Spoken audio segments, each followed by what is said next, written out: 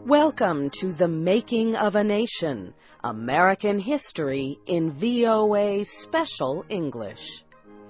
In 1848, while James Polk was president, there was a great constitutional debate in the United States. It arose over slavery in the new territories. Southerners argued that they had the right to take slaves into New Mexico and California. Northerners opposed any further spread of slavery. The question was this: did Congress have the power to control or even ban slavery in the new territories? There seemed to be no answer to the problem. Everyone agreed that governments had to be organized in the territories, but Northern and Southern leaders could not settle their dispute over slavery. Now, with this week's program in our series, here are Jack Moyles and Jack Weitzel. Senator John Clayton of Delaware proposed to the Senate that it name a special committee on the question of slavery in the new territories. Both parties, the Whigs and the Democrats, had the same number of senators on the committee. Senator Clayton was its chairman. South and North were equally represented. After 6 days, Clayton's committee agreed on a compromise bill. It proposed that Oregon be organized as free territory. Slavery there would be illegal. And on California and New Mexico, the bill proposed this: they could be organized as territories, but their territorial legislatures would not have the power to act on the issue of slavery. All questions on slavery in these two territories must be decided by the United States Supreme Court. Not everyone believed this plan was a good one. Some Northern senators believed that Chief Justice Taney would decide for slavery. Southern senators were just as sure that Taney would decide against slavery. Many Whigs in the House of Representatives opposed the plan because they feared that the political dispute over slavery would destroy the Supreme Court. The Senate approved the compromise bill, but the House rejected it. After long debate, Congress finally approved territorial government for Oregon, and it voted that Oregon should be free territory with slavery illegal. The vote on the Oregon bill was very close. It passed in the Senate only because 2 men from slave states voted for it. They were Senator Thomas Benton of Missouri and Senator Sam Houston of Texas. Senator John C. Calhoun said it was a bad defeat for the South. But what was worse was the fact that it was caused by the votes of 2 Southern senators. Soon after, at the end of August, Congress ended its session, and the nation's leaders prepared for the national election of 1848.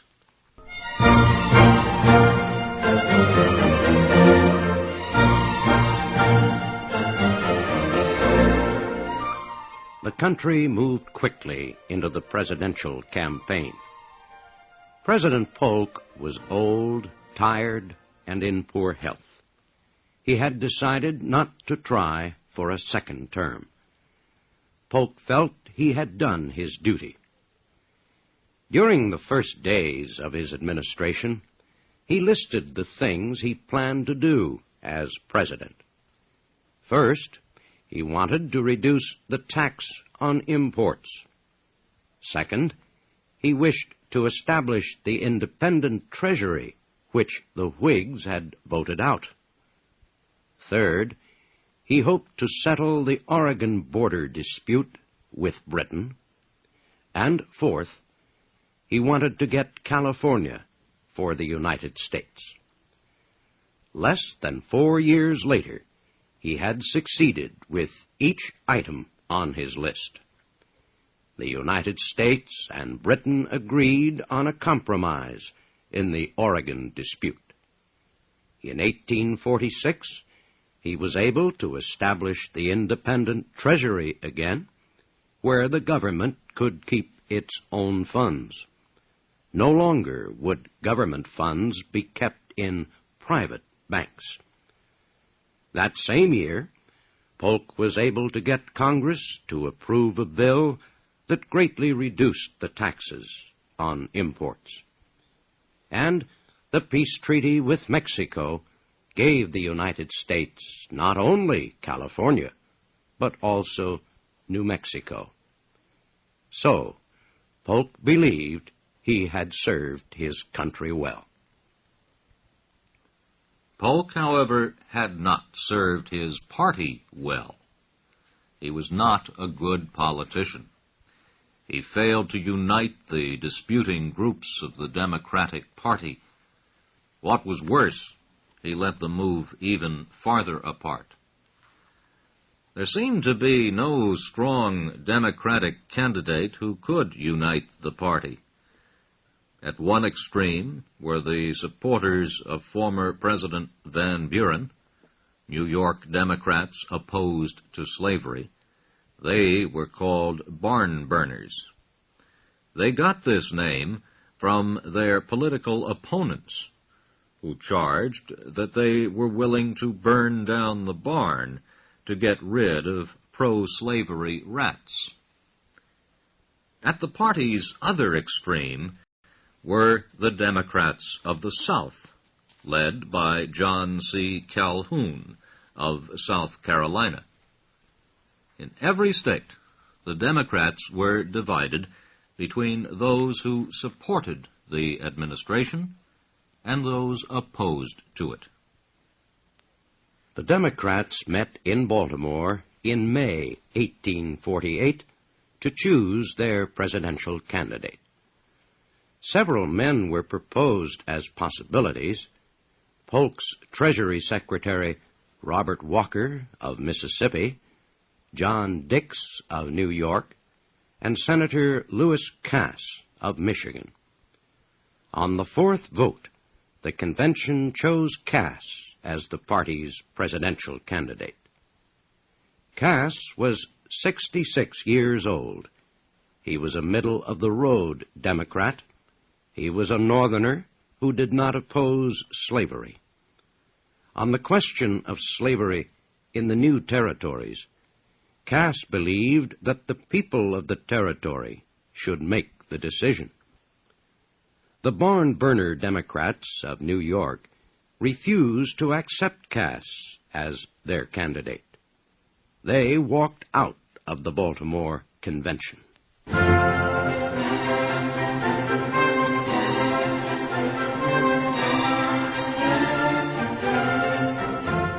Senator Henry Clay, 3 times the Whig Party choice for president, expected to be its candidate again. The old members of the party still supported Clay, but young Whigs felt that a new candidate was needed. Some Whig leaders remembered how William Henry Harrison had won the presidency for the party by campaigning as a military hero.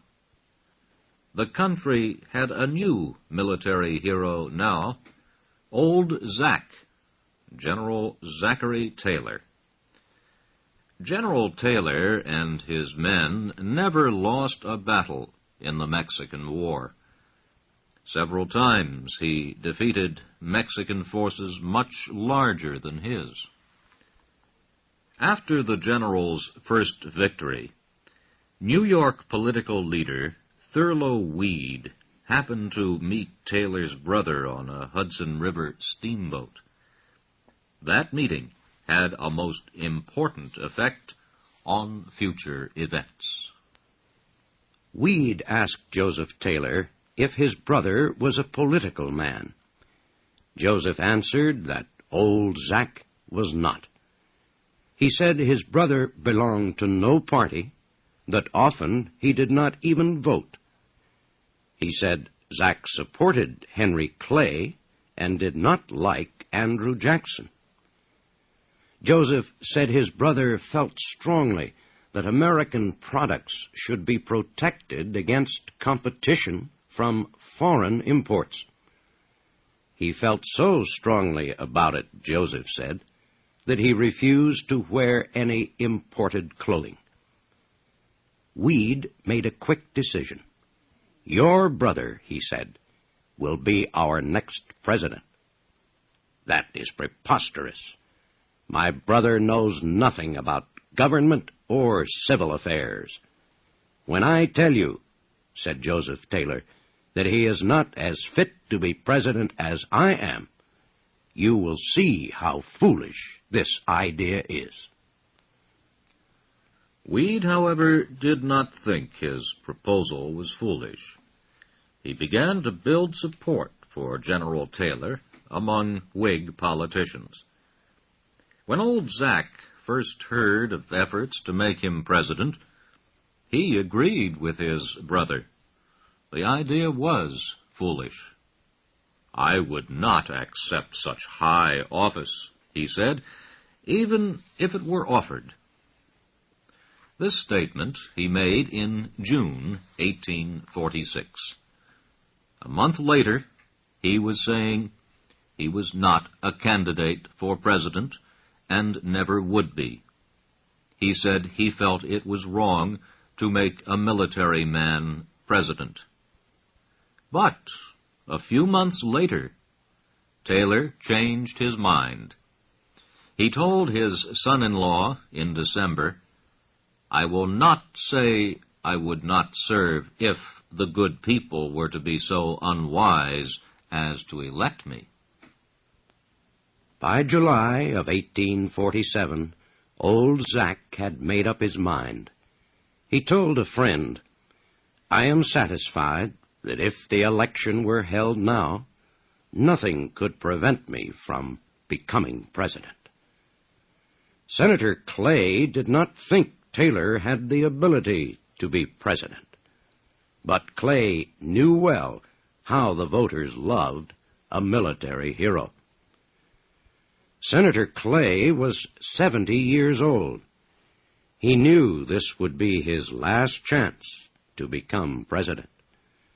He worked very hard to get the support of Whig leaders.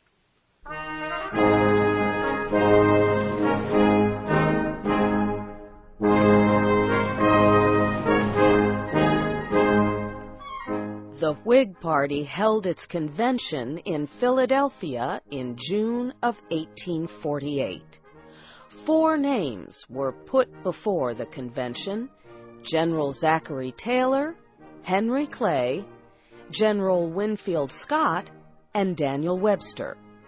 That will be our story next week.